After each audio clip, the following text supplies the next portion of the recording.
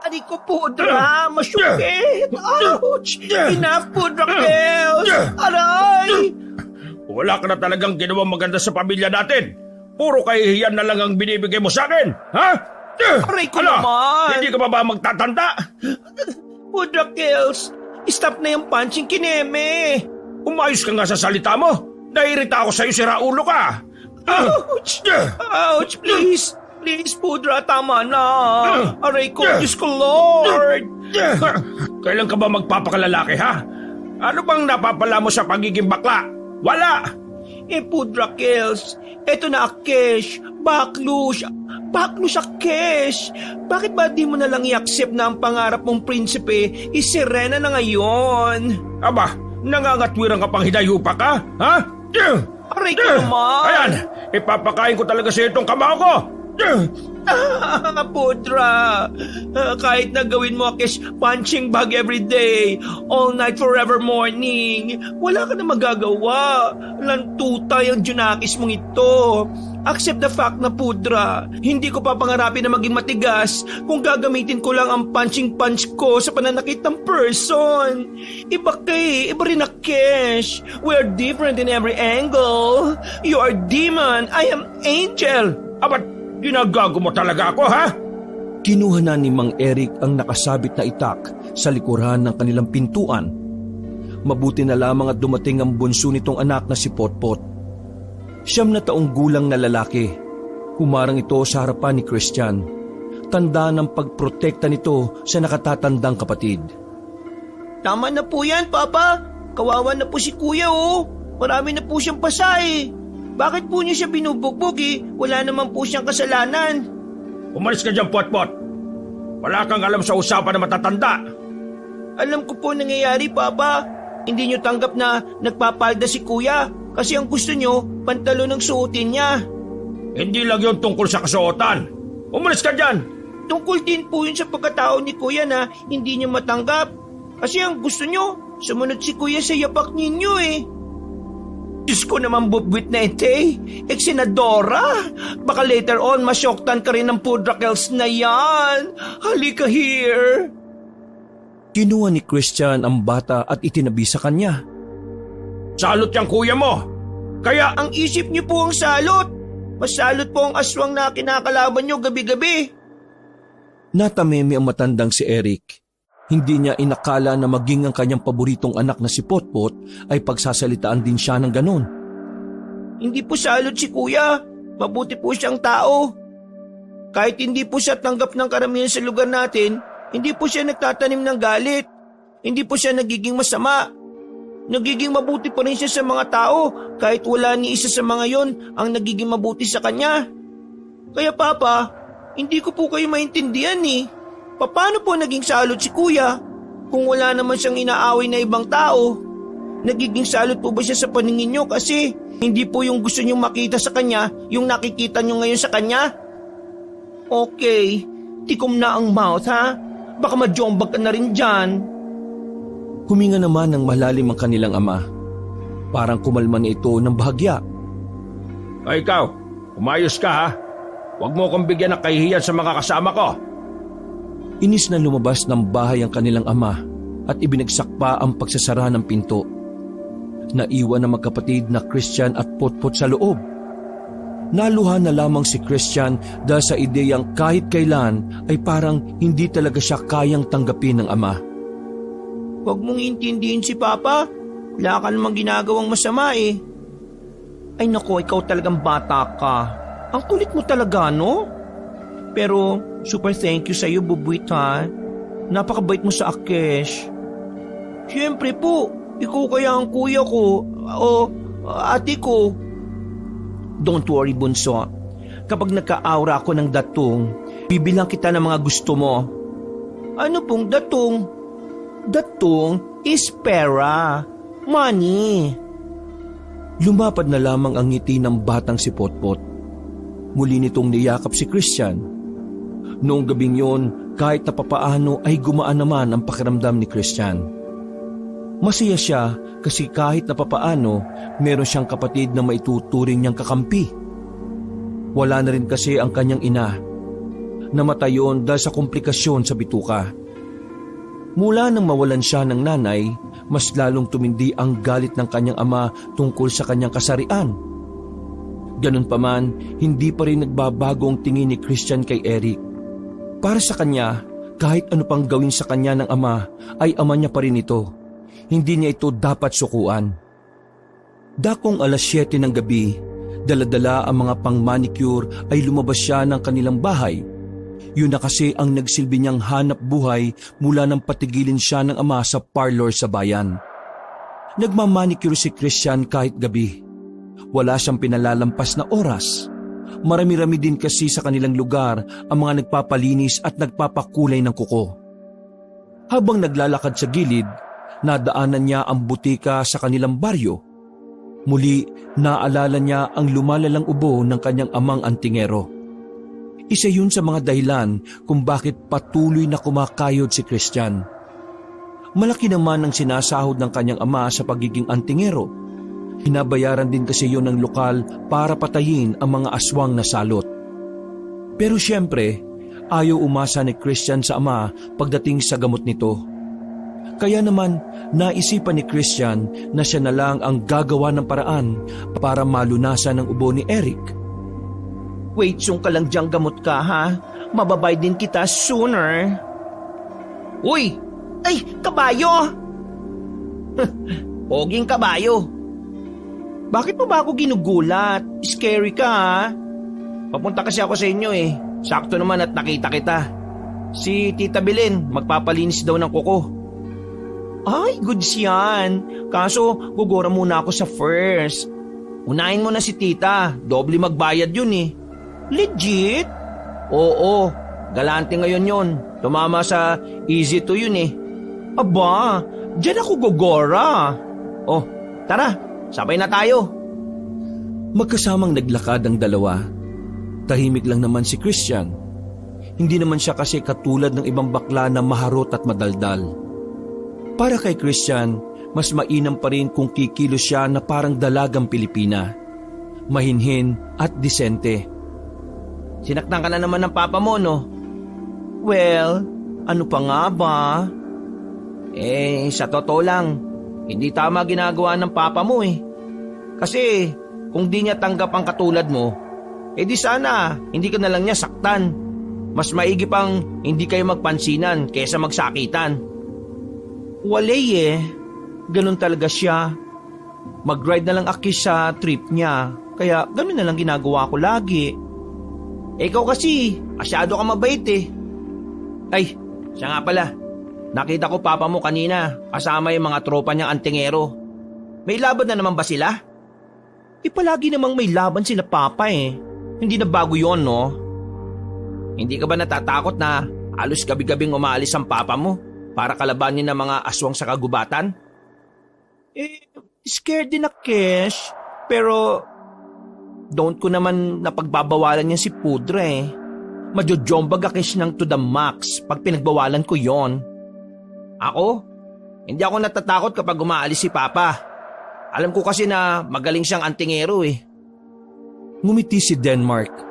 Noon pa man, mataas na talaga ang tingin sa ama. Ang kaso nga lang, kagaya ni Christian, hindi rin siya tanggap ng kanyang ama dahil sa pagiging inutil nito sa pagiging antingero. Mga ilang sandali lang ay nakarating na rin sila sa bahay ng tita ni Denmark na si Belen. Agad na nilinisan ni Christian ang kuko ng ginang na parang binabad ng 1 linggo sa putikan. Doon napagtanto ni Christian na kaya pala doble ang bayad nito sa kanya ay dahil napakahirap naman pala nitong linisan. Kahit na ganon ay pinatos pa rin yun ni Christian. Natuwa rin naman siya dahil pala kwento ang tiyahin ni Denmark. Habang nililinis niya ang kuko ng ginang, nakikinig lang din siya sa usapan na magtiyahin. Ay nako, ikaw Denmark, patigilin mo na ang papa mo sa pagiging, ano nga ulit yon? Antingero po. Oo, antingero. Kasi, alam mo ba, doon sa lugar ng ex-boyfriend ko, marami nang nabiktima ang mga aswang doon.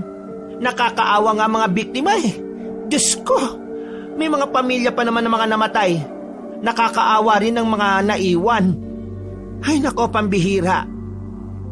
Kung patitigilin ko si Papa sa pagiging antingero, di wala na magliligtas sa mga tao laban sa mga aswang na yan. Diba, Christian? Ay, oo. Kura ka dyan. Tita, ang mga antingero ay kailangan ng baryo natin. Papa ni Christian, antingero din. Pati si Papa. Kung mawawala ang mga magagaling na katulad nila, paano na lang ang mga taong walang alam sa pakikipaglaban? Ay nako, ikaw na bahala. Basta ako, nagpapaalala lang naman ako sa tatay mo. May pagkamayabang pa naman ng tatay mo. Minsan, kahit na hindi na niya kaya abay, pipilitin pa rin niya. Ganun talaga ugali ni Papa Magkapatid po kayo, kaya dapat alam niyo yun. Ay nako, Diyos ko. Sana lang talaga hindi mapahamak yung Papa mo. Makalipas ang ilang sandali, ay natapos na rin ni Christian ang paglilinis ng kuko. Kagaya ng sinabi ni Denmark sa kanya, higit pa sa normal na bayad ang kanyang natanggap. Kahit hirap na hirap siyang magkudkod sa kuko ng ginang, ay naging masaya rin naman siya. Malaking tulong na yon para sa pag-iipon niya ng pambili ng gamot. Denmark, thank you Malaking help ang datong na ito sa akin. Sus, ano ka ba? Wala yan. Para saan pa yung magkababata tayo, di ba? Tinapik ni Christian ang lalaki at nagpaalam na rin. Kailangan na kasi niyang puntahan ang isa pa niyang customer sa kabilang baryo. Hindi niya yun maaaring palagpasin dahil maayos din naman magbayad yon. Habang naglalakad, ay hinabol siya ni Denmark. Tumigil siya at hinintay niyang makalapit ang lalaki sa kanya. Oh, bakit? May nakalimutan ba ako sa bahay niyo? Wala naman. Gusto lang sana kitang samahan Alam mo na, may mga aswang sa mga paligid. Ay, ano ka ba? Wala namang aswangit dito sa baryo natin, no? Remember, di sila makaka-enter dahil maraming antingero dito. Di ba nga sabi mo, sa kabilang baryo ka pupunta? Wala namang masyadong antingero sa kabila Kaya, sasamahan na kita. Taray, chaperon yarn. Ikaw, baka later on may love ka sa ake, sige ka. Ito naman parang timang, sasamahan ka lang kung ano-ano iniisip. Charot! Ikaw naman di ka na ma-joke time. Halika na dite, gora na as. Nagtungo na ang dalawa sa baryo ng Agila. Di hamak na mas tahimik na roon kaysa sa kanilang baryo. Kaya naman, pabulong lang na mag-usap ang dalawa. Lagi ka bang nagagawi rito? Oo, pero nawalang ako gumora ng night shift here. Padalas sa afternoon parang nakakailang kasing maglakad dito ng ganitong oras. Alam mo yun, parang laging may nakamasid sa'yo kahit wala naman. Ay nako, kakawatch mo yan ng horror. Stop ka na, mapaparaning ka niyan.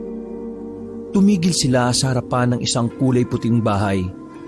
Isa ang bahay na yon sa maituturing na maganda. Kaya halatang halata na may kaya sa buhay ang naroon. Ilang beses ka nang nagmamanicure dyan sa tao sa loob? Tao pa lang. Madalas sa kish sa ibang balar dito Maya-maya lang ay tinawag na rin ni Christian ang nasa loob. Nung una ay walang lumalabas. Kaya naman nakisabay na rin si Denmark sa pagsigaw. Oh, ayan na pala Loka ka? Nawarla yata. Lumapit sa kanya ang isang matandang babae. Tumingin lang yun sa kanila. Mukhang wala itong balak magsalita kaya si Christian na ang nagkusang simulan ang usapan. Hello, magandang evening, Mudrang Earth. Ako ang baklang tagalinis ng kuko na recommendation ng isa sa taga rito. Ready na ba ang iyong nails? Hindi pa rin nagsalita ang matandang babae. Tumango lang ito sa kanila bilang tugon. Nagkatinginan naman si Christian at Denmark dahil doon. Nagkibit-balikat na lamang sila at sinundan ng matanda sa loob ng bahay. Pagpasok nila sa sala, may kadiliman yon dahil may hina ang mga ilaw na naroon. Nilibot din ni Christian ng tingin ang sala. Karamihan sa mga disenyong nakikita niya ay puro kulay itim. Nagtataka na nga rin si Denmark kung bakit ganoon ang disenyo ng bahay. Tahimik pa rin ang matanda nun. Kaya naman sinimulan na rin ni Christian ang paglilinis ng kuko ng matanda. Wala naman itong naging problema sa mga nakalipas na minuto. Ang nagdudulot lang ng pagkailang sa kanya ay ang kung paano siya tingnan na matanda. Para kasing nanlilisik ang mga mata nito. Pero kapag nahuhuli niya itong nakatingin sa kanya, biglang bumabalik sa normal ang mata nito. Nakahinga ng maluwag si Christian nang matapos na rin niya ang paglilinis ng kuko na matanda. Sa lahat ng nilinisan niya, doon lang siya natagalan. Hindi kasi siya makafocus. Aminado siyang nakakaramdam siya ng kaunting kaba. Samantalang hindi naman niya yun nararamdaman sa iba niyang customer. Pag-abot sa kanila ng bayad na matanda, lumabas na rin sila ng bahay. Sa takot ay hindi na rin sila nakapagpaalam pa na maayos.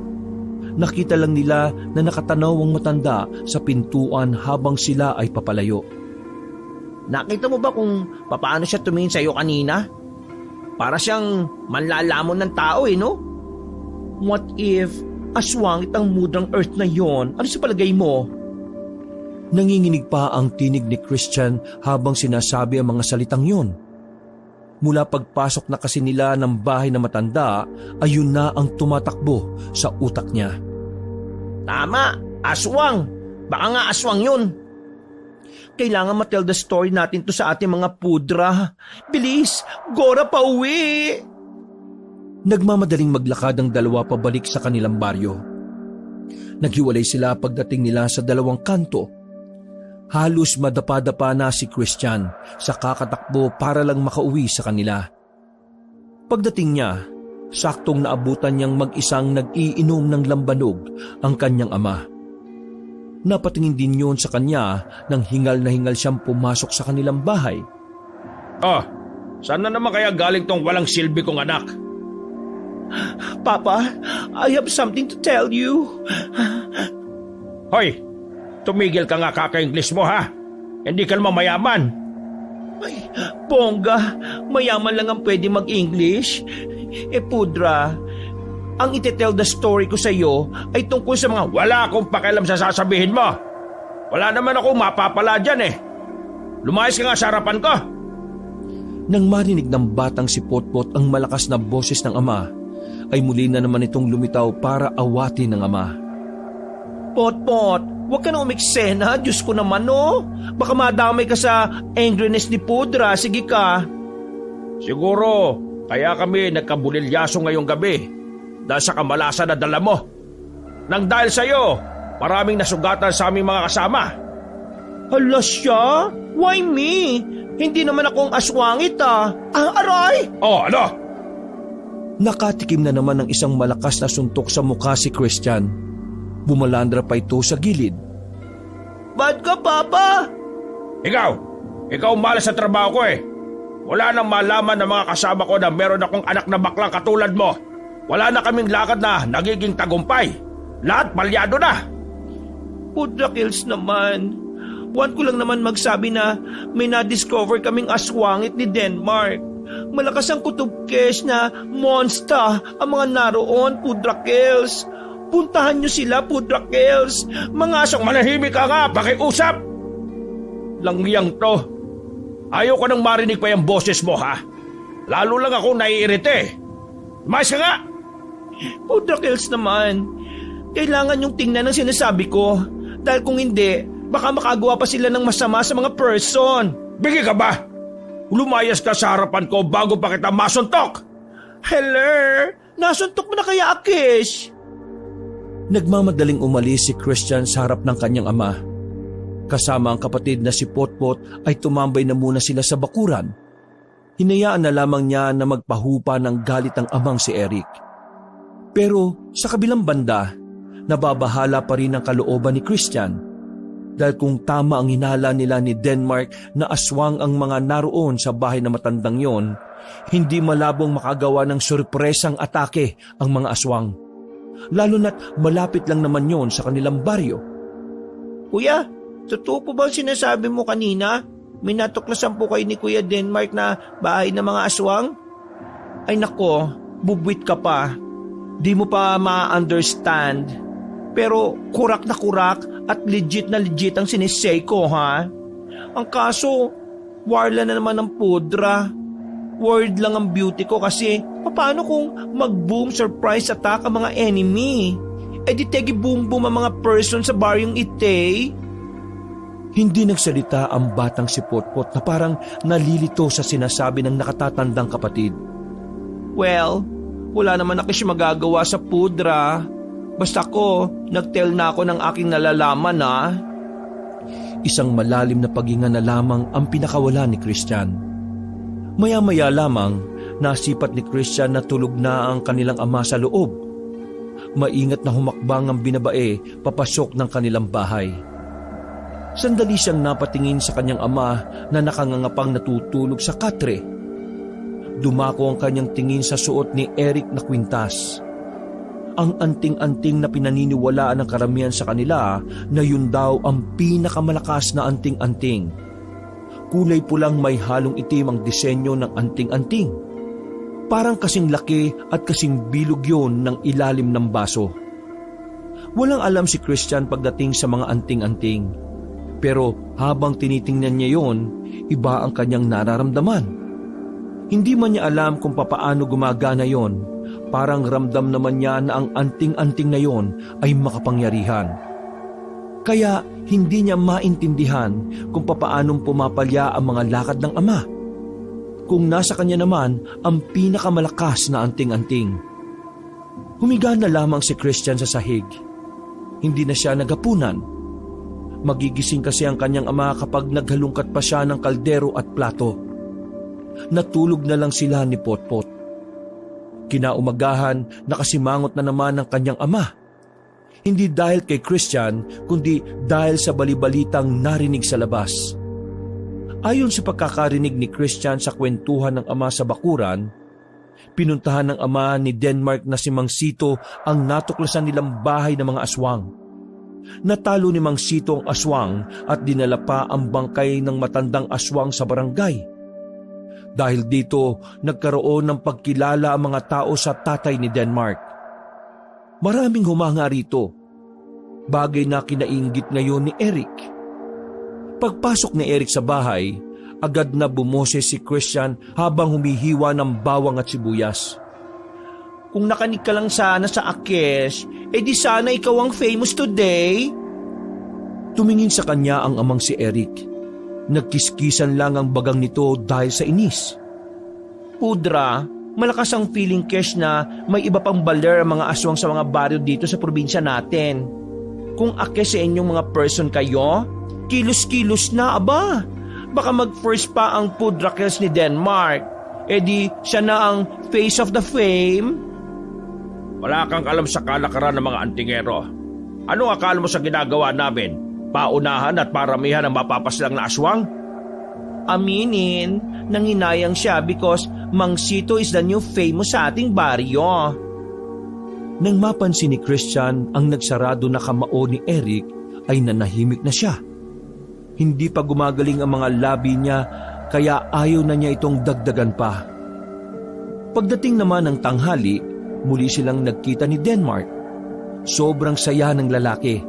Dahil sa wakas, napansin na rin siya ng ama na si Sito. Walang paglagyan ng saya nito. Sa sobrang saya ay niyakap na nga nito si Christian. Natuwa sa akin si Papa dahil doon sa natuklasan nating bahay ng aswang. Sinabi niya sa akin na magaling ako. Well, congrats. Buti ka pa, happy ang pudra mo. Samantalang Akesh, ayun, na-jombag pa ako ni Pudra Kills kagabi. Christian, maraming salamat ha. Kung hindi ako sumama sa iyo kagabi, hindi ko malalaman ang bahay na yun. Hindi sana matutuwa sa akin ang tatay ko. Nako, salamat talaga. Hello, bakit ka nagpapasalamat? Deserve mong matuwa ang pudra mo, no? Kasi dapat ang mga pudra, love na love ang mga junakis. May time ka ba ngayon? Ililibre kita sa pansitan. Wow ha!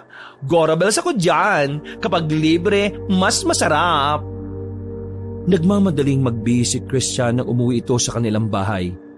Iniwan na muna niya ang kapatid na si Potpot sa mga pinsan nila. Kakaunti lang ang tao sa pansitan nang dumating sila roon. Kaya naman naka-order agad silang dalawa. Pinagtitinginan sila ng ilang naroon na parabang nandidiri sa kanila. Pero hindi na lamang yun pinansin ni Denmark. Tinapik na lamang ng binata si Christian para sabihing huwag intindihin ang mga nasa paligid. Habang kumakain sila, isang matandang nakatungkod ang pumasok ng pansitan. Kukuba-kuba na yon at may daladala pang tungkod. Marumi ang kasuotan nito, kaya alam agad ni Christian at Denmark na baka pulubi yun. Mula sa bayan na napadpad sa kanilang baryo. Dumadami na talaga mga pulubi dito sa baryo natin, no? Akala siguro nila maraming pera mga tao rito eh. Baka hungry lang yung Thunders. May extra datong ka dyan. Bilan natin ng pansit, kawawa naman eh, oh. Sige. Eto, order ka pa isa. Tatayo na sana si Christian pero nagulat na lang silang lahat nang biglang magbago ng anyo ang matanda. Naging kulay itim ang buong katawan nito. Humaba ang buhok na kulay puti. Walang ano-ano, inatake na matanda ang isang lalaking kumakain ng pansit. 5 lamesa lang ang pagitan noon kina Christian. Kaya naman napatayo ang magkaibigan at dumistansya. Christian, gabunan yan! Isang malakas na gabunan! Walang kalaban-laban ng lalaki ng pagkakalmuti nito ng aswang na gabunan. Sa isang iglap lang, hindi na gumagalaw ang lalaki.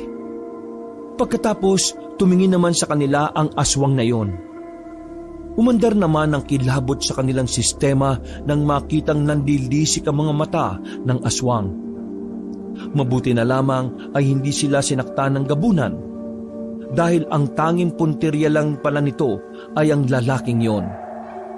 Kalaunan nalaman nila na ang biktima pala ay kasamahan ng ama ni Christian. Isa rin palang antingero ang pinaslang ng gabunan. Nagdatingan ng ilang antingero nang may makapagsumbong. Pero huli na, hindi na humihinga ang kasama nila. Christian, kasamaan siya ng papa mo. Pero bakit siya lang ang inatake? I don't know. Gusto mo question and answer natin yung aswangit na yon? Para ka namang timang kausap. Ang mabuti pa, gumora na paalis dite. Baka madamay na naman ako sa galit ni Pudra kapag pumunta na siya rito. Umalis na rin sila noong mga sandaling yon bago pa dumami ang tao sa pansitan. Samantala, nagmamadali namang makauwi si Denmark sa kanilang bahay. Naiwang mag-isa si Christian habang naglalakad. Sa isip-isip ni Christian, hindi lang pala tik-tik ang kalaban ng mga antingero, pati na rin pala ang gabunan na tinuturing na pinakamalakas na aswang ay nakahanay din palang harapin ng mga antingero. Hindi nahanap ng mga antingero ang gabunan sa araw na iyon. At sa paglipas pa ng ilang araw ay nanatiling blanko sa lahat ay kung papaano nila mahanap muli ang malakas na aswang. Gabi ng Lunes, habang nagsisibak ng kahoy si Christian, nasipat niya sa loob na naiwan ng kanyang ama ang pinakamalakas nitong anting-anting. Nakasabit yon sa dingding. Pumasok si Christian sa loob at tinawakan ng anting-anting. Wala pang ilang segundo, bigla na lang siyang nakaramdam ng kakaibang bigat sa pakiramdam. Mabilis niyang binitiwan ang anting-anting na yon. Nanlalaki ang kanyang mga mata. Hala! What's that? Hahawakan pa sana niya ang anting-anting nang biglang bumalik ang kanyang ama. Masama itong tumingin sa kanya. Kaya naman agad na nagpaliwanag si Christian kung ano ang kanyang ginagawa. Nasidesong ko lang Pudra na naiwan mo here. Ihabol ko sana sa itong anting-anting pero naalala mo pala. Pinagsasabi mong naalala. Iniwan ko talaga yan. Ay, why naman pa dear? Di ba ang say nila, ito raw ang powerful na anting-anting in the whole wide world? Tingin mo, iiwan ko yan kung napapakinabangan ko yan. Gamitin mo nga utak mo. Ibig sabihin, hindi truth ang chismis na ito ang powerful. Hindi yang gumagana sa akin. Itatapon ko na yan mamaya pagbalik ko eh. Tsaka, bakit ka ba tanong ng tanong? Wala ka naman alam sa ganyan. Umiiling ang kanyang ama na naglakad patungo sa silid. Hindi na siya nito pinansin at lumabas na rin ng kanilang bahay. Bumuntong hininga na lamang ang binabae at muling tinapunan ng tingin ang anting-anting. Siguro, ayaw ng anting-anting kay Pudra kasi bad siya. Pinagpatuloy na lamang ni Christian ang kanyang ginagawa. Pagkatapos ay sinundo na rin niya ang kapatid sa kabilang bahay. Sabay silang nagapunan nang wala ang kanilang ama. Pagkatapos, hinanda na rin ni Christian ang kanyang mga gamit sa pagmamanicure. Kahit na may mga pakalat-kalat na aswang sa kanilang baryo, ay wala siyang pakialam. Ang mahalaga lamang sa kanya ay magkapera. Dahil kakaunti na lang ay mabibili na rin niya ang gamot ng ama. Sa kanyang paglalakad patungo sa dulo ng kanilang baryo, nakasalubong niya ang matandang nakita niya sa pansitan. Hindi siya maaaring magkamali. Yun ang gabuna na umatake sa isang antingero sa pansitan. Agad na dumaloy ang kaba sa kalooban niya. Hindi niya alam ang gagawin. Hindi pa man yun nagbabago ng anyo, kinikilabutan na siya. Lalo na magtama ang kanilang paningin. Don't me, tatay. Hindi ako antingero. Isa lang akong baklang may pangarap na matanggap ng sariling Pudra. Dahan-dahang napaatras si Christian. Dahil sa katangahan, nakatapak pa siya ng malaking bato na naging dahilan para mapaupo siya. Nang biglang magbago na ang anyo na matanda, dito na tuluyang nanginig at nanlambot ang tuhod ni Christian. Pilitin man niyang tumayo ay hindi na rin niya magawa. Buong akala niya noon ay katapusan na niya. Mabuti na lang ay biglang dumating si Mang Sito at si Denmark. Agad na inatake ni Mang Sito ang aswang. Tinamaan ni Mang Sito ang aswang sa katawan. Dahil doon ay nagmamadali yung makalis. Habol naman ang hininga ni Christian sa nangyari. Hindi siya makapaniwala na buhay pa siya sa mga pagkakataong yon. Ano, ayos ka lang ba? Maraming salamat po, Mang Sito, Denmark. Maraming salamat talaga. Naamoy siguro ng gabunan na anak ka ni Eric. Lahat ng mga tao kasing may koneksyon sa mga antingero iniisa-isa nila. Kaya ikaw bakla, huwag kang pag-alagala sa ganitong oras. Lalo na kung wala ka namang kasama. Mainit ka sa mga mata ng aswang. Tama si Papa. Siguro dapat mag-manicure ka na lang tuwing maliwanag pa. Mahirap na. Baka mamaya niyan makita ka na lang namin isang umaga, nakatakip ka na ng dahon ng saging. Ay, buti pa kayo. Concerned kayo sa beauty ko. Pero ang pudra ko, wale. Okay lang sa pudra ko na malapa ako ng mga aswangit. Uwi ka na sa inyo. Kami naman maghahanap kami ng aswang ni Denmark. Tara na. Sige na, uwi ka na muna. Naglakad na ng mabilis ang mag-ama. Hawak ang dibdib ay muling nagbuntong hininga si Christian. Laking pasasalamat niya at hindi pa siya nadedo ng mga oras na yon. Sinunod niya ang sinabi ng mag-ama na malagi lang siya muna sa kanilang bahay. Hindi siya makatulog nung gabing yon. Iniisip niya pa rin ang mga nangyari. Sa kabilang banda, nag-aalala rin siya para sa kanyang ama. Batid ni Christian na mas naging delikado ang mga lakad nito. Lalong-lalo na unti-unting dumarami ang mga aswang. Sa isip-isip ni Christian, gusto niya nang matutong humawak ng itak. Nang sa ganon, matutulungan niya rin ang ama niya sa laban, kagaya ng ginagawa ni Denmark. Baka sakali sa pamamagitan nun, matuto na siyang tanggapin ni Eric. Kinuha ni Christian ang itak na nakasandal sa lutuan. Puborma-porma siya na parang merong aatakihin. Kuya, anong ginagawa mo? Ay, kabayo ka. May tatagayin ka ba, kuya? Ay, naku, pot-pot ha. Tingin mo, pwede mo maging antingero ang beauty ko? Pwede naman po. Pero wala ka namang anting-anting Bakit? Kailangan ba talaga ng ganon? Oo naman kuya. Kaya nga antingero eh. Anting-anting. Antingero. Ay, kung sa bagay, tama ka naman. Napadako na naman ang tingin ni Christian sa loob ng kanilang bahay. Naroon pa rin sa dingding nakasabit ang anting-anting na iniwan ng ama. Sa hindi malamang dahilan, bigla na lang naisip ni Christian na suotin yon. Kukunin na niya dapat pero bigla na naman dumating ang kanilang ama. Kasama nito ang iba pang antingero na kapwa sugatan din. Pero bakas sa mukha ng mga yon na tila naipanalo nila ang laban. Nakatayo lang sa gilid si Christian at Potpot. Nagsiupuan ng mga antingero sa bakuran nila habang ginagamot ang mga sarili. Hoy, bili mo nga kami ng alak. Pudra, may tanong ako for you. Tumingin-tingin pa si Eric sa mga kasamahan para itong nahihiya habang kausap ang sariling anak. Bilisan mo na, iinom kami. Huwag mo sirain ang mood ko, ha? Pudra, pwede rin po ba ako maging antingero?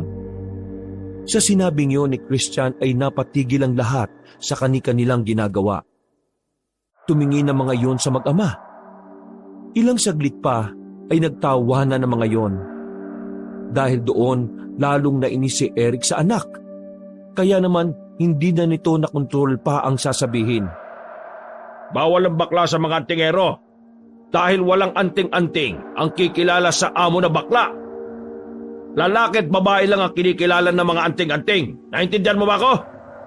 Huwag ka nang mangarap, no? Hindi mo ako masusundan. Grabe naman po kayo kay kuya. Ganyan po ba epekto kapag masasama din ang ugali ng mga palagi niyong nakakasama? Napalunok ng laway ang matandang si Eric. Tila sinampal siya sa sinabi ng batang si Potpot. Pumasok nga sa loob bago pa kita paluin. Bilisan mo! Padabog na tumakbo ang bata sa loob. Samantalang si Christian naman ay sinunod na lamang ang utos ng ama. Malungkot si Christian habang patungo sa tindahan. Kahit maging antingero pa siya, mas malabo pa sa sabaw ng pusit na matanggap siya ng amang si Eric. Pabili nga ng 2 pundador, pulutan at kaunting bilis ha. Nagulat ang tindera sa pagkakasabi ni Christian dahil naging lalaki ang boses niya. Tulala, balisa at wala sa sarili si Christian nung gabing yon. Nakaupo lang siya sa hagdanan habang naghihintay ng pag-uutos ng ama. Dakong 1:00 ng madaling araw, nakaramdam ng pagkahilo ang mga antingero. May tama na rin ng alak si Eric. Pero ayaw pa rin itong tumigil sa pag-iinom. Mga ilang sandali lang, nanlaki ang mga mata ni Christian nang mapansin ng isang lalaki sa labas ng kanilang bakuran. Iba ang anyo nito. Mahaba ang dila at mga kuko. Hindi magkakamali si Christian. Batid niyang tik-tik yon. Pudra Kels, may tik-tik there oh! Nagtatawanan pa ng una ang mga kasama ni Eric. Habang si Eric naman, sa halip na tingnan ang sinasabi ng anak, hindi man lang ito lumingon. Pudra Kels, umilag kayo! Pero huli na ang lahat. Dahil noong mga sandaling yon, ay nakalapit na sa kanila ang tik-tik.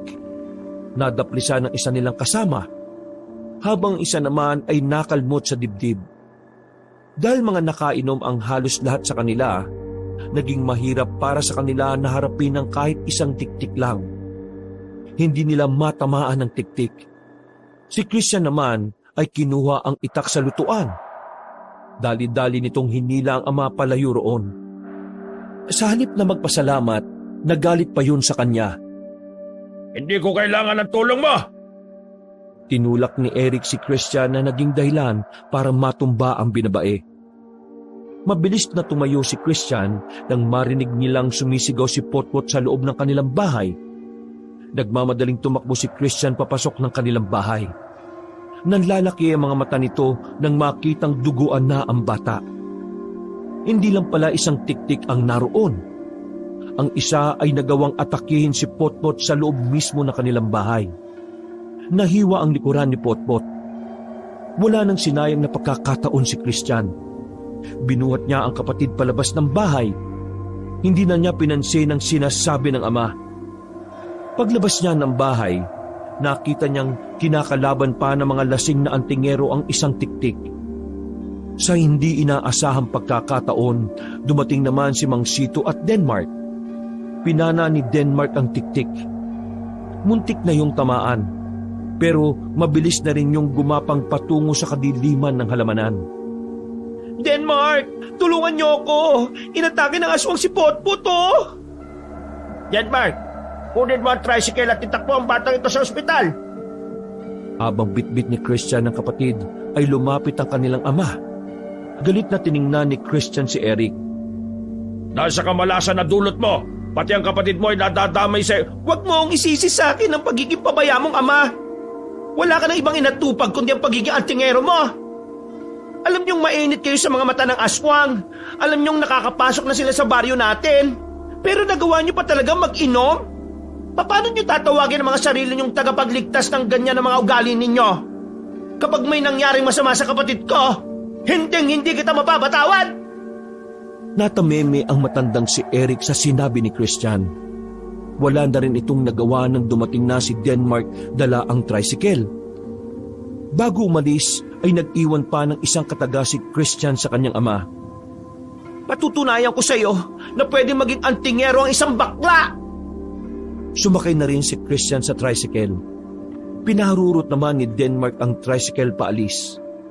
Mabuti na lamang ay nakarating din sila agad sa ospital. Kaya naman naagapan ang pagkawala ng maraming dugo sa katawan ng bata. Malalim ang tinamong hiwa ni Potpot sa likuran. Kaya kinailangan siyang manatili sa ospital para sa mga dapat pang gawin sa bata. Sa mga nangyari, napagtanto ni Christian na dapat ay matuto na rin siya kung papaano protektahan ang mga mahal niya sa buhay. At ang pagiging antingero ang nakikita niyang paraan para hindi na maulit ang gabing yun. Habang nasa labas ng ospital, nabuo na ang kanyang desisyon. Magiging antingero siya. Hindi para sundan ang yapak ng ama, ibang landas ang tatahakin niya, na kung saan maaari niyang protektahan ang kanyang nakababatang kapatid. Makalipas ang 3 buwan, wala na gaanong nagpaparamdam na aswang sa kanilang baryo. Walang ideyang lahat kung bakit. Basta, nagtaka na lang sila na bigla na lang nawala ang presensya ng mga aswang. Sinamantala ni Christian ang pagkakataon na yon.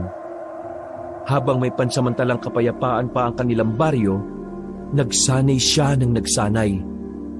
Araw-araw siyang gumigising ng umaga para humawak lang ng patalim at mag-ensayo.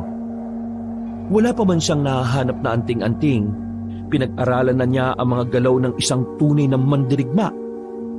Kung ibang tao nga ang makakakita sa kanya, iisipin na isa siyang tuwid na lalaki. Pero hindi. Lantutay pa rin ang tingin ni Christian sa kanyang sarili. Pero kapag gumawak na siya ng armas, ay parang mas lalaki pa siya sa lalaki. Walang nakakaalam na yun ang pinagkakaabalahan ni Christian. Umalis na rin kasi siya sa poder ng kanyang ama. Ang kanyang kapatid naman ay dinadalaw-dalaw na lang siya sa pangangalaga ng kanilang tiyahin. Lihim na nakikitira na lamang si Christian sa bahay nila Aling Belen, ang tiyahin ni Denmark. Namasukan siya roon bilang kasambahay para lang kahit papaano ay meron siyang matutulugan. Noong Huwebes ng gabi, naisipan ni Christian na puntahan ang kanyang kapatid na si Potpot. Regular ang pagdalo niya sa bata dahil kahit na nasa maayos na kalagayan na ito, nag-aalala pa rin siya na baka kung ano naman ang mangyari dito. Napatigil siya sa tapat ng kanilang bahay.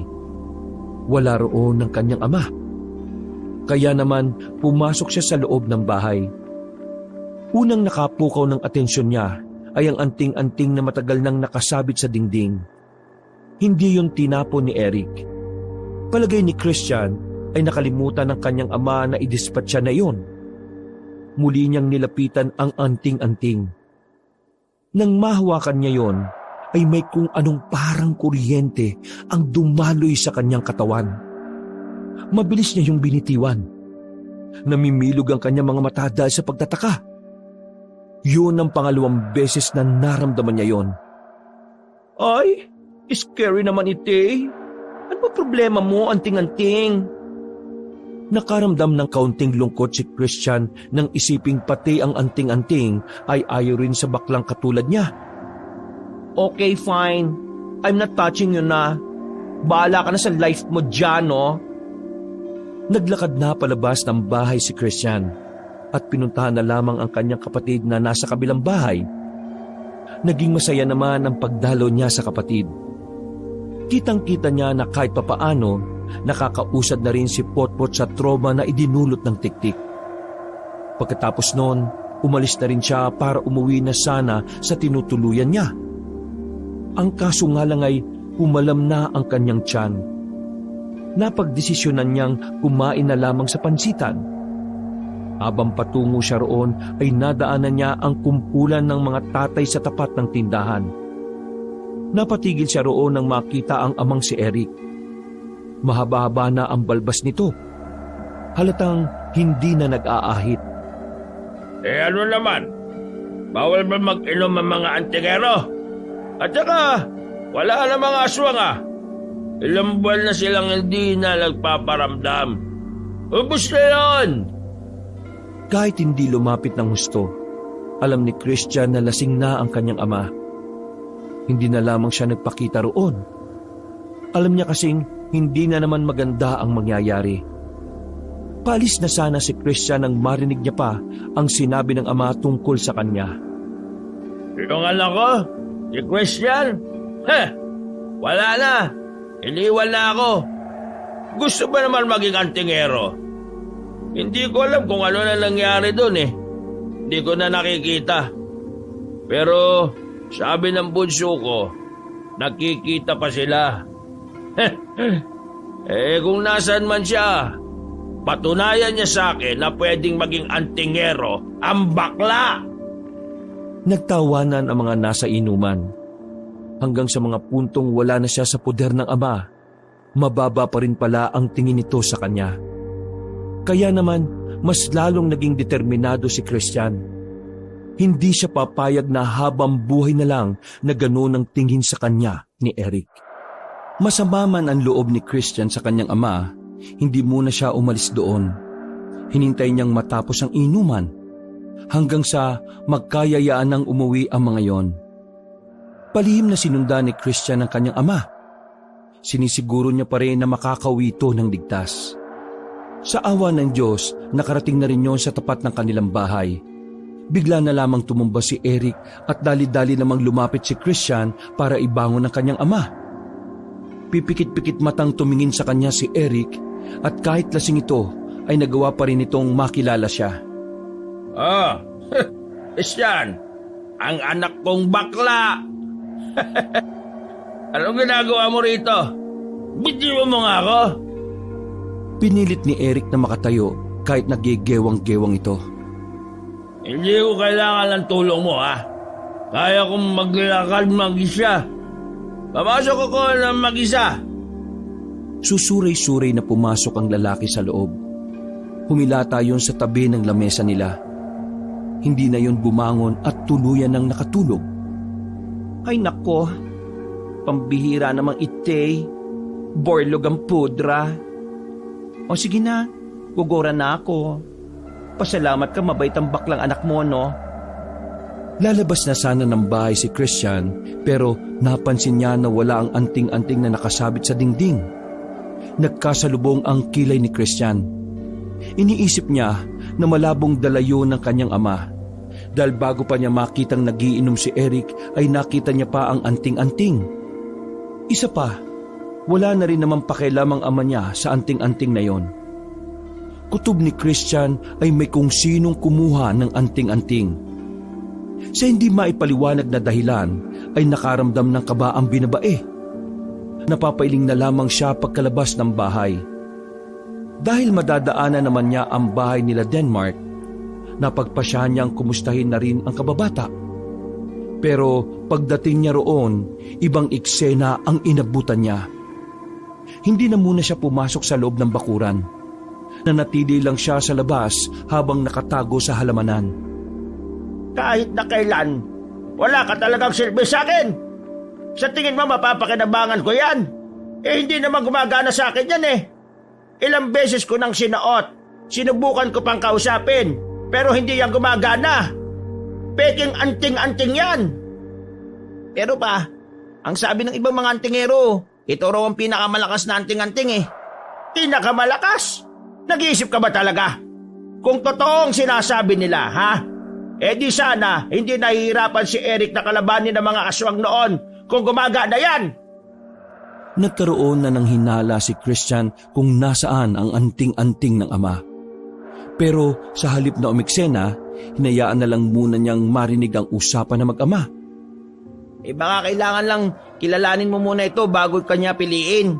Sayang naman, kinuha ko ito ng palim sa bahay nila Mang Eric para lang ibigay sa'yo. Para lang makatulong ako sa'yo. Para kahit papano, matuwa ka ulit sa akin. Para makita mo rin ang halaga ko bilang anak mo. Kahit hindi ako kasing galing at kasing lakas mo. Ang kaso, palpak ang ginawa mo. Naniwala ka na malakas ang anting-anting na yan kahit na ang totoo, wala namang silbi yan. Gumawa ka pa ng masama para lang magmukhang tanga. Kung talagang gusto mong magkaroon ka ng pakinabang, paghirapan mo. Magsumikap ka, magsanay ka, magpakahusay ka. Hindi yung gagawa ka ng isang bagay na makakasira sa'yo para lang magmukhang magaling sa mata ko. Pweh, kinahihiya kita! Pagalit na umalis si Mang Sito. Napaupo na lamang si Denmark sa lapag habang umiiyak. Sa pagkakataong yon, pumasok na si Christian sa loob ng bakuran. Kinagulat ng binata ang bigla niyang pagdating, pero hindi pa rin yon tumayo. Hoy, narinig ko ang talk show niyo ng pudra mo. As in, lahat ha. Ngumiti na lamang ng papilit si Denmark. Hindi to makatingin ng diretso kay Christian nang dahil sa kahihiyan. Wala akong magiging palusot. Alam kong mali ang ginawa ko. Kaya, sorry ah. You know what? Relates yung naman ake sa struggle mo sa pudra mo eh. Same with me. Di ko rin mag-get ang trust ng pudang. Never ko narinig na proud siya sa beauty ko, Denmark. Same lang as ng pinagdaraanan. Pero knows mo ba kung ano ang difference natin? Umiling lang si Denmark. Pareho tayo ng pinagdadaanan. Pero ako, nagsisikap ako na matanggap ako balang araw ng pudang ko. Ikaw, ngot mo sa isang iglap approve na ang pudrakals mo sa'yo. Denmark, hindi ganon ang takbo ng brain ng mga pudang natin. Gusto nilang makita na karapat-dapat tayo para sa papuri nila. Pero, lagi mong tatandaan ha, na dapat kung want natin maging proud sila sa atin, dapat maging proud first muna us sa mga self natin. Need natin maging better person. Hindi para sa kanila, kundi para sa ating self. Tama ang pudang mo eh. Kung want mo maging magaling sa isang bagay, you need to work for it. Walang masabi ang lalaking si Denmark sa mga narinig nito mula kay Christian. Humahanga siya sa kaibigan. Dito naunawaan ni Denmark na sa mga puntong yon, mas lalaki pa si Christian kumpara sa kanya. Oh, up ka na dyan. Heads up ka na rin ha. Maging better person ka. Hindi tayo bubwit para pangarapin pa ang approval mga pudang natin. Ay naku, kaloka naman no? Tumayo na si Denmark. Inilahad nito ang anting-anting. Eto, ibabalik ko ng anting-anting na pagmamay-ari ni Mang Eric. Sorry ulit ha, sa nagawa ko. Promise, hindi ko na ito ulit-uulitin. Gagawa na ako ng paraan na makakabuti sa akin. Oh, bongga! Character development yarn! Approve ka sa akin! Ganyan! Nang hawakan ulit ni Christian ang anting-anting na yon, ay bigla naman siyang nakaramdam ng malakas na parang kuryente.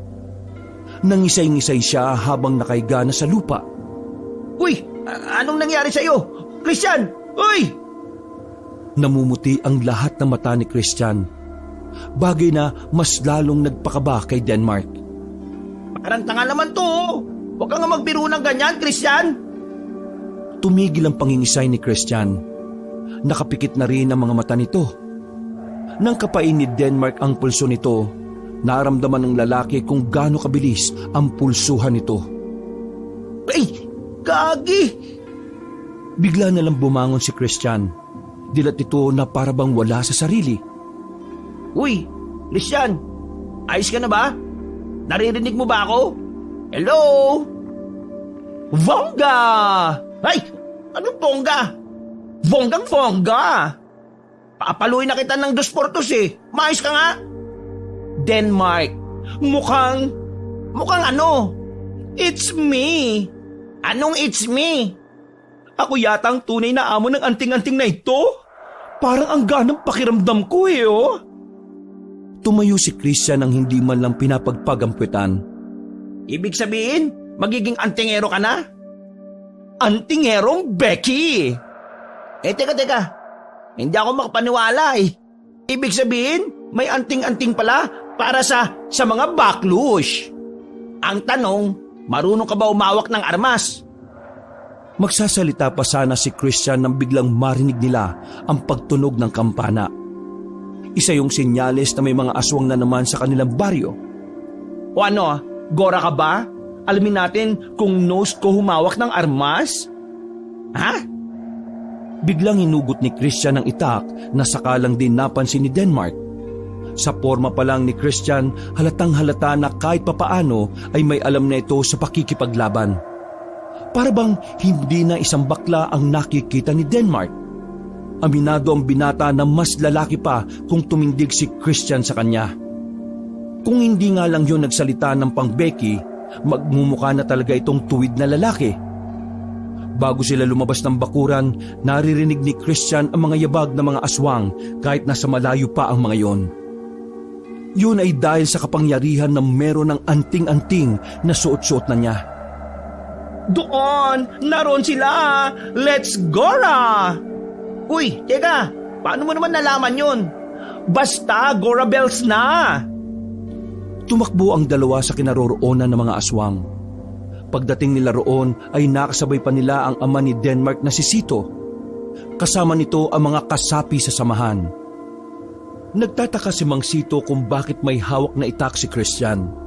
Pati ang iba pa ring antingero ay napapatingin sa kanya. Ang iba ay natatawa pa. Alam kasi ng buong baryo nila kung ano ang kasarian ni Christian. Nag-stop ang footsteps. Wait, Sung. Hindi sila rito gogora. Sa bungad sila umaatake. Naramdaman ni Christian na sa ibang parte ng baryo lumusob ang ibang pangkat ng aswang. Pero sa kasamaang palad, hindi naniniwala sa kanya ang mga antingero. Maniwala kayo kay Christian. Siya ang kinikilalang amo ng pinakamalakas na anting-anting. Tinuro ni Denmark ang suot-suot ni Christian. Kinabigla yun ni Mang Sito. Hindi sila makapaniwala na ang katulad ni Christian ang makakapagpagana sa anting-anting na yon. Walay na as time, no? Kailangan na nating gumora sa bungad ng baryo. Nauna nang tumakbo si Christian. Kahit nagdududa, sumunod na lang din sila Mang Sito. Sa kanilang pagtakbo ay nakasabay na rin nila ang ibang grupo ng antingero. Wala ang grupo ng kanyang ama dahil mga lasing ang mga yon. Namimilog ang kanilang mga mata nang makitang pinapasok na ng mga aswang ang kabahayan sa bungad. Wala silang sinayang na pagkakataon. Kanya-kanya ng lusob ang mga antingero. Pero bago pa man magkanda labo-labo, hinawakan ni Christian ang kanyang anting-anting. Bongga! Pagkatapos niyong isigaw yon, bigla na lamang nagkaroon ng malakas na hangin. Parang isang malakas na buhawi ang dumaan. Kumapit ang mga antingero sa kung saan-saan para lang hindi sila matangay. Pagkatapos ng malakas na hangin, nakabulagta na ang mga aswang. Bumubula na ang mga bibig na mga yon. Paano nga? Christian, pambira ka na! Huwag nang susunga-sunga. Many more pa ang mga aswangit, no? Nakapalibot na sa baryo. Magsikalat kayo! Now na! Sinunod ng ibang antingero si Christian. Nang dahil sa pinakita niyang lakas, nakuha niya ang tiwala ng karamihan. Showtime na ito! Nagsikilos na ang mga antingero. Sasama na sana si Christian kay Denmark nang maramdaman niyang nasa panganib ang kanyang ama. Oh, bakit? Si Papa, nasa panganib. O sige, kami na muna bahala rito. Nagmamadaling umalis si Christian. Kakaiba ang bilis ni Christian nung sandaling yun. Hindi siya nakakaramdam ng pagod nang dahil sa suot-suot na anting-anting. Nang makarating siya sa bahay nila, naabutan niyang nakailata ang tatay niya sa sahig. Hindi pa rin nababago ang posisyon nito mula nang iwan niya ito. Binuhat niya ang kanyang ama at pinwesto sa gilid. Nararamdaman niya ang presensya ng isang malakas na aswang na nasa paligid lang. Kutob niya na hindi yun isang gabunan, pero nasisiguro niyang isa yung malakas na aswang na gumagamit ng itim na salamangka. Humawak siya sa anting-anting at pumikit. Nasiguro niyang nasa maayos na kalagayan ng kanyang nakababatang kapatid. Dahil doon, kampante siyang ang kanyang ama na lang ang iisipin niya. Hoy! Aswangit! Labas ka na dyan! Gora na as! Jumbaga na ito! Pumesto si Christian sa gitna ng bakuran. Winawasi-wasiwas ni Christian ang itak sa ere na parabang nanghahamon. Hindi nagtagal, nakita na lang niyang may isang lalaking lumabas mula sa kaliwang banda ng kanilang bahay. Nakasuot yun ng mahabang kasuutan na kulay itim. Makapal ang buhok nito at mahahaba rin ang kuko. Ay! Bongga! Costume party yarn? Hindi nagsalita ang lalaki. Nakatayo lang yun sa harapan niya. Nang maramdaman ni Christian na ang kanyang ama ang pupuntiryahin, mabilis siyang tumakbo palapit doon. Sinalag ni Christian ang patalim na pinukol ng lalaki papunta kay Eric. At dahil sa kanyang anting-anting, hindi bumao ng patalim sa katawan niya. Oops! No, no, no, no! Hindi pwede yarn! Huminga na ng malalim si Christian. Naramdaman niyang tila hinihikayat na siya ng anting-anting na lusubin ang nilalang na yun. Pero bago niya yun magawa, bigla na lamang nahilo si Christian. Pagtingin niya sa lalaki, wala yun sa kinatatayuan nito. Namalaya na lang niya na nasa likuran na niya yun. Mabilis siyang umilag ng akmang kakagatin siya ng lalaki. Nang matanggal ang nakatakip na tela sa ulo nito, nakita na ni Christian ang nakakakilabot nitong anyo. Naglalabasan ng malalaki nitong pangil. Bilog na bilog ang mga mata at matutulis ang tenga. Sa pagkakaalam ni Christian, isang gabunan na may halong tiktik ang kalaban niyang yon. Doon ko dapat malitin ang person na ito. Bongga rin siya, ha? Makailang ulit na huminga ng malalim si Christian para makakuha ng maayos na konsentrasyon. Nawala na rin ang pagkahilo niya. At nang makabuelo, siya naman ang umatake. Malakas ang aswang kaya kahit tinamaan yun ni Christian ay tila wala yung epekto. Napatras niya lang yun ng ilang baitang. Pero nanatili pa ring nakatayo. Ang taray mo, ha? Very unique na aswangit, ha? Muling bumuelo si Christian at sa puntong yun, tila nadagdagan ng lakas na nararamdaman niya sa buo niyang katawan. Binitiwan niya ang hawak na itak. Napagtanto kasi niya na kung hindi yun tinatablan ng kahit na anong hiwa, maaring tablan yun kung kamao lamang ang kanyang gagamitin. Naalala niya kasi ang sinabi sa kanya noon ng isang antingero na pinagbilhan niya ng libro, na may mga malalakas talagang aswang na hindi kayang mamatay sa patalim. Jombag malalakas sa akis ngayon! Parang tuwid na lalaki kung kumilos si Christian noong mga sandaling yun. Nahalata na rin ni Christian na tila ba nagkaroon ng kaunting pag-aalinlangan ng aswang. Sinamantala na yun ni Christian para lumusob. Sa kanyang taglay na bilis, hindi kaagad nakailag ang nilalang. Dumiretso sa mukha ng aswang ang kamao ni Christian. Dahilan para magkandalaga sa mga nakalitaw na pangil nito. Hindi pa nakontento si Christian. Sinuntok niya rin ito sa sikmura. Tinatad niya ng suntok hanggang sa hindi yun napapahawak sa sariling tiyan.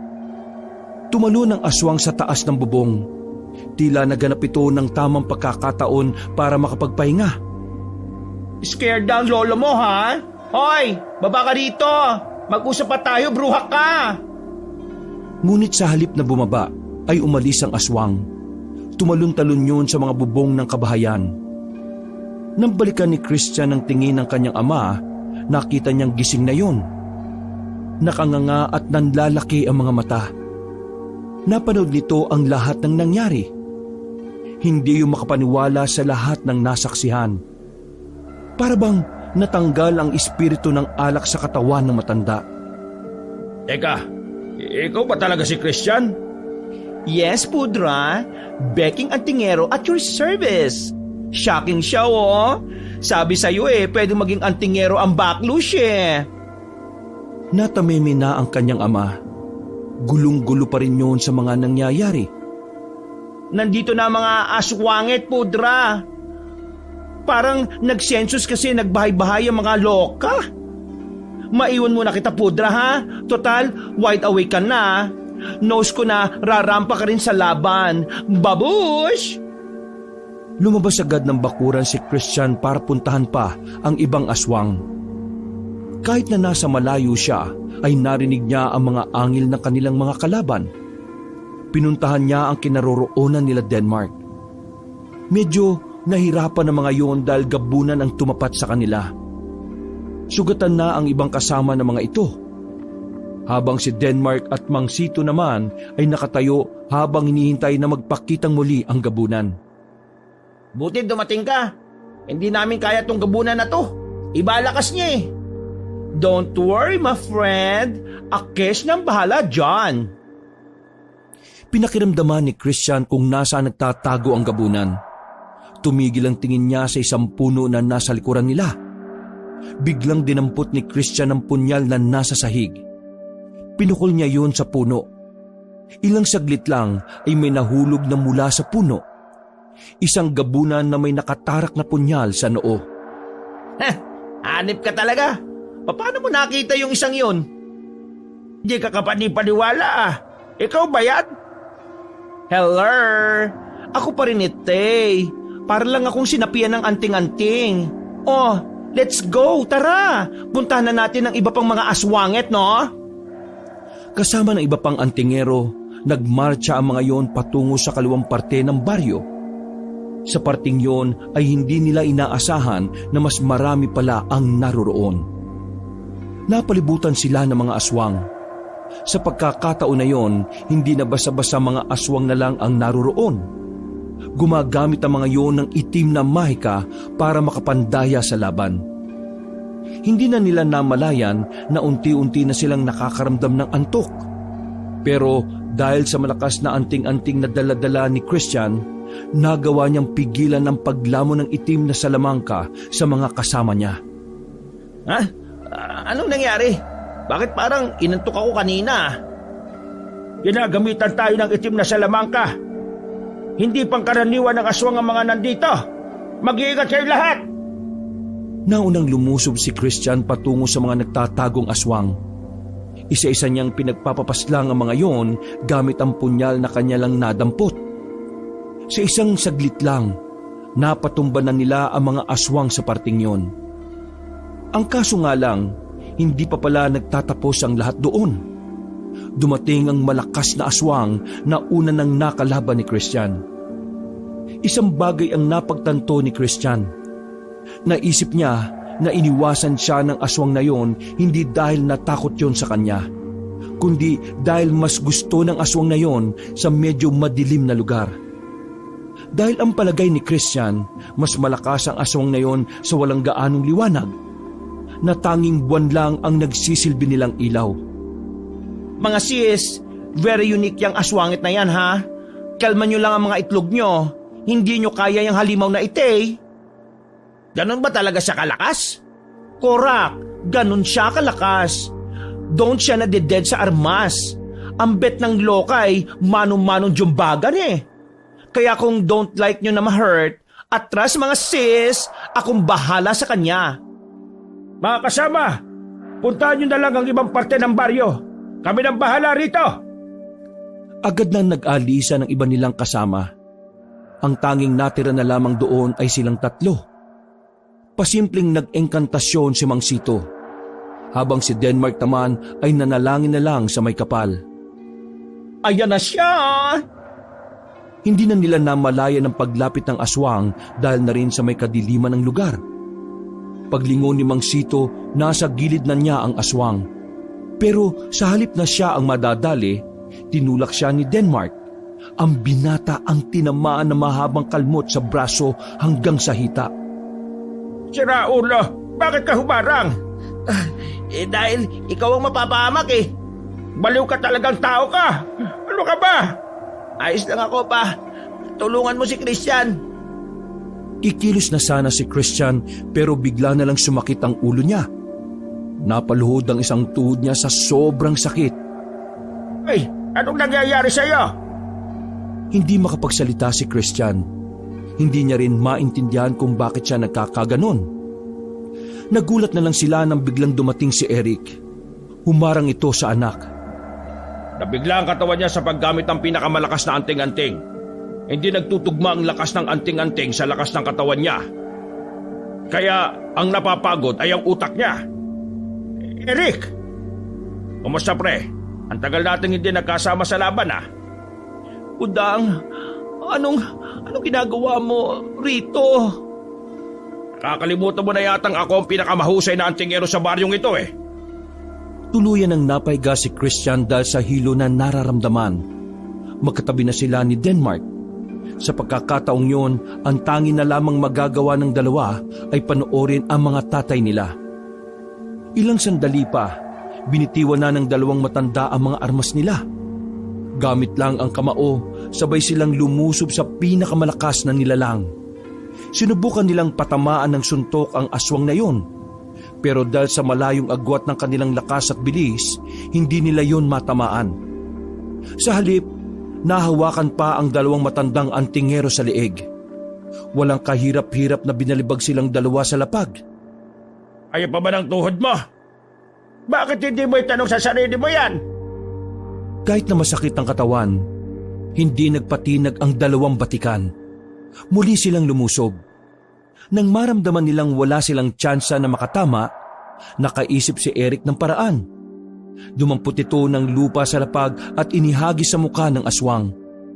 Nang mapuwing ang mata nito, doon na tinodo ni Mang Sito ang malakas niyang suntok.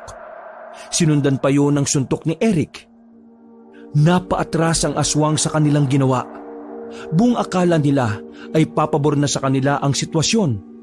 Pero hindi nila alam na doon palang pala magsisimula ang kanilang kalbaryo.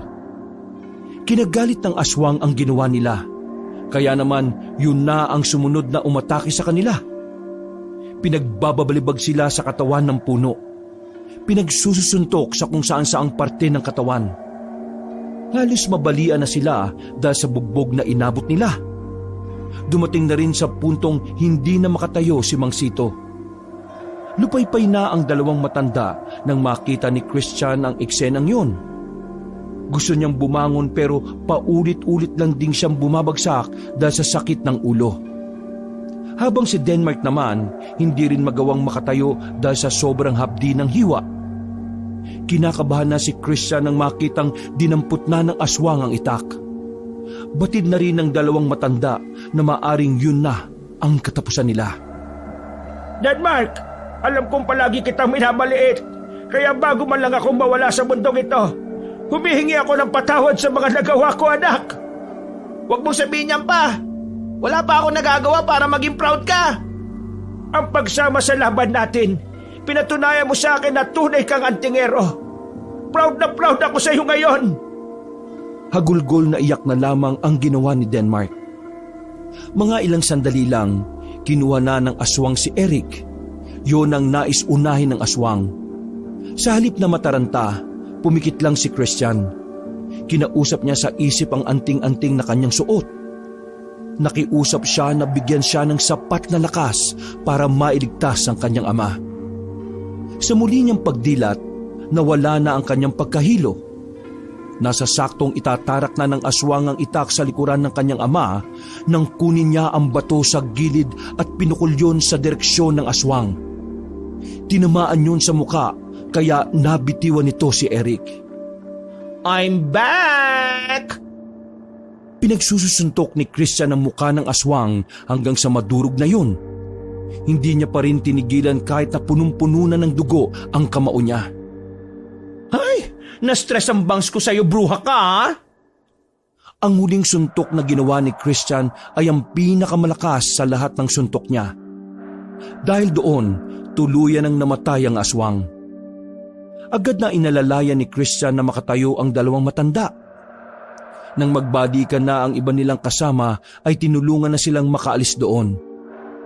Sa bahay nila Mang Sito sila binigyan ng paunang lunas. Makalipas lang ang ilang sandali, nakita na lamang ni Christian na umubo na ng dugo ang kanyang amang si Eric. Ang akala ni Christian ay dahil lang yon sa bugbog na natamo. Pero nagulat siya sa ipinagtapat ng kanyang ama. Gusto kong kamuhian niyo ako. Kaya kita tinuturing na parang basura. Iyon lang ang alam kong paraan para kung sakaling mawala ako. Hindi kayo masaktan dahil puro galit lang ang meron kayo para sa akin. Pero nagkamali ako.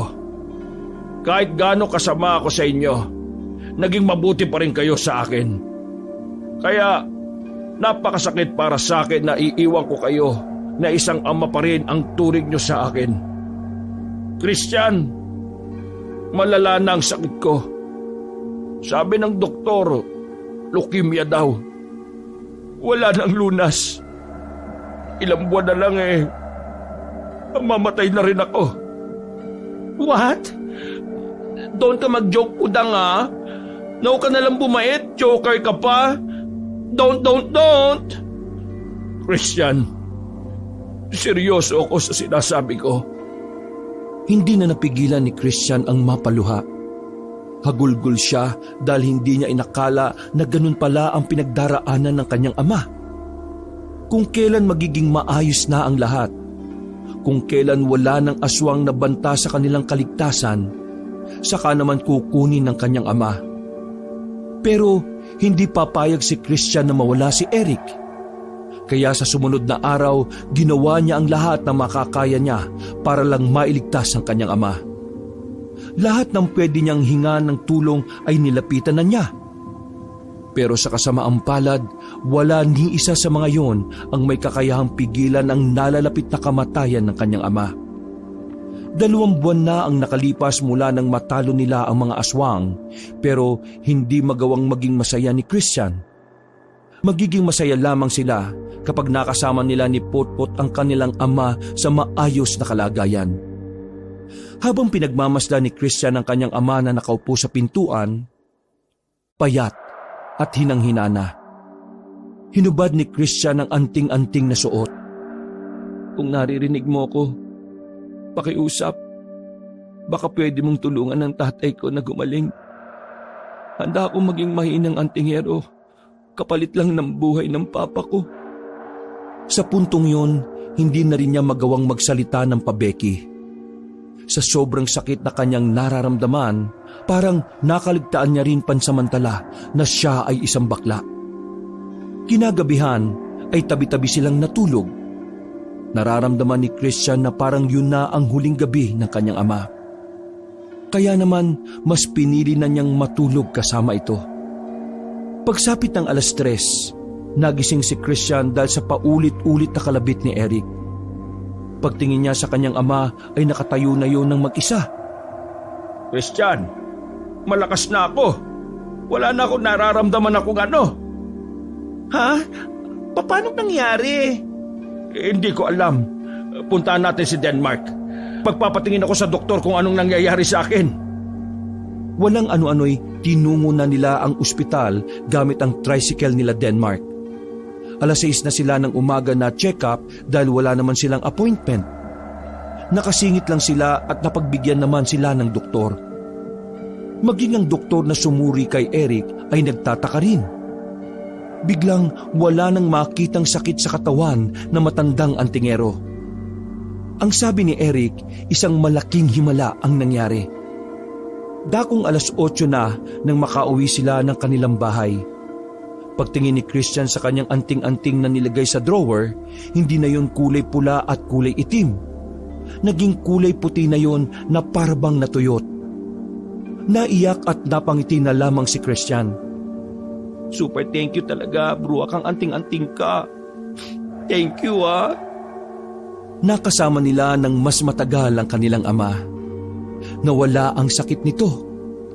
Pero ang naging kapalit nito ay ang pagkawala na rin ng bisa ng pinakamalakas na anting-anting.